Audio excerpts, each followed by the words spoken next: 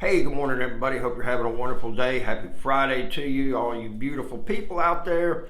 You know, in 2015, my father died from esophageal cancer on July 3rd. I watched him take his last breath at about 11:15. Very thankful I had that opportunity. Come back to that here in just a second. Last night, got a call. I actually got a call about 5 o'clock. Said, hey man, we need a trailer on location, and I need you to pick up the shingles for it as well. So that's a $200 upcharge right there. So I'm like, yeah, not a problem and everything. Well, then it turns into, hey, the order is split. You got to go over here to get half of it, over here to get it the other half. Okay, not a problem. Customer immediately said, whatever it costs, just make that happen. Let me know. Said, okay. Well, I wasn't going to charge them for that. However, we get to one place and it's 2 hours waiting on getting loaded up, so that was extra $100. And so that's a $500 charge or $500 fare, whatever you want to call it, for that trailer location. So it was not a bad night. And then we get another call. Hey man, we need one.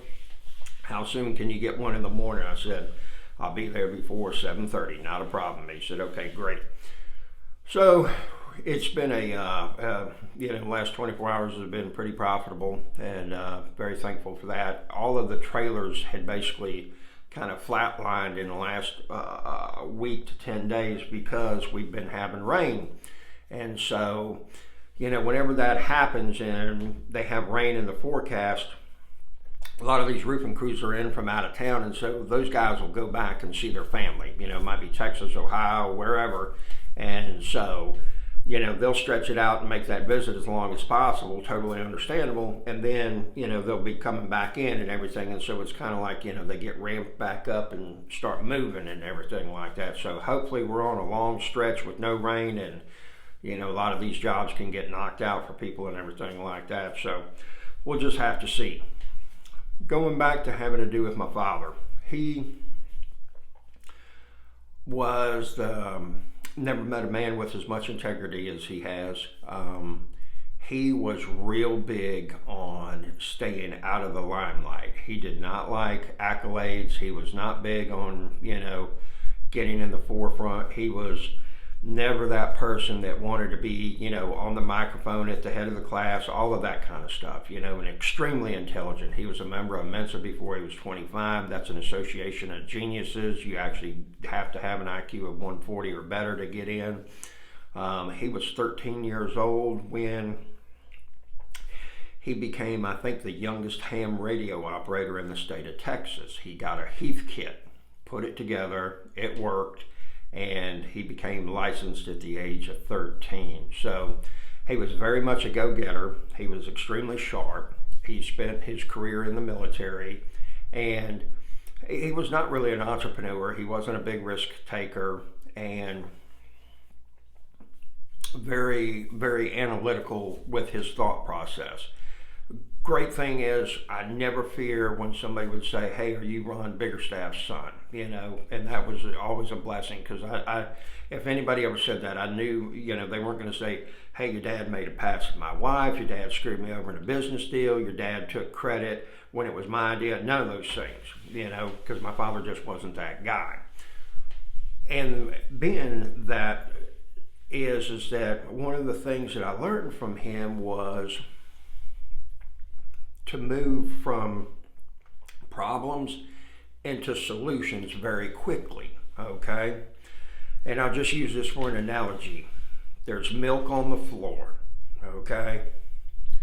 We all look at it, yeah, there's milk on the floor.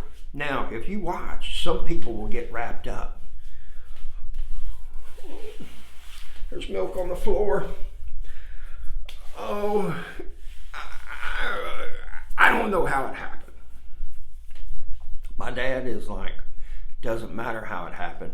Let's get it up, and then we're going to deal with that later, okay? Address the problem head on immediately, okay? Stop it, all right? You clean the milk up, wipe it down, make sure there's nothing left over so it doesn't dry sticky, and then let's figure out why it spilled. Some people want to get wrapped up in why it spills, why the milk's on the floor. I'm not sure what good this accomplishes. However, we still got milk on the floor. The less time the milk is on the floor, the better off we are. So my whole point of saying that is that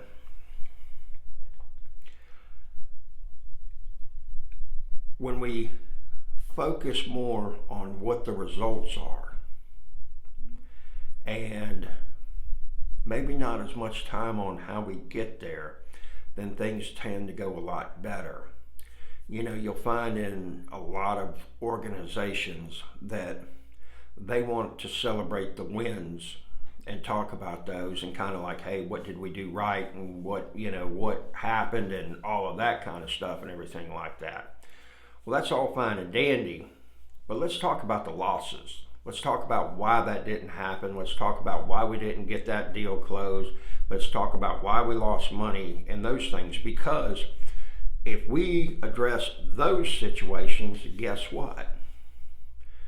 Those now become a win.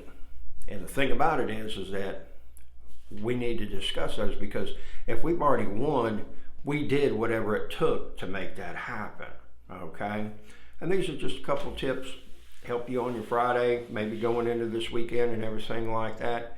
And these are some of the things that I incorporate in my personal daily life that have helped me be more successful on my path to financial freedom, so that I can be making more decisions on what it is that I want to do. Because I assure you, my bed feels great and I did not want to get out of it. So I'm looking forward to possibly, maybe in the next 90 days to 6 months, getting to a point where I'm only working 5 days a week. Probably ain't gonna happen, because that hustle in my bones is deep. My mom told me last night, we were talking, and she said, Robert, you were hustling before I even gave birth to you. You were moving around, son. And as soon as you hit the ground, you were moving. We had to keep our eye on you, make sure you didn't get off and into something where you were going to get hurt. She said, but for sure, you were hustling from the day you were born. And so I think it's just, it's in me, but I'd rather have it as an option instead of, and don't get me wrong, folks, my life is wonderful. Thank you, Jesus, for everything that you give me and how good that I do have it, because I really do. I have a blessed life, and, you know, I'm getting so much more than I deserve. Please don't ever think that, you know, I think I'm entitled to this or anything like that, because I'm not. You know, I don't know if what I have been given, achieved, enjoyed, whatever you want to call it, I probably couldn't have done it in any other country.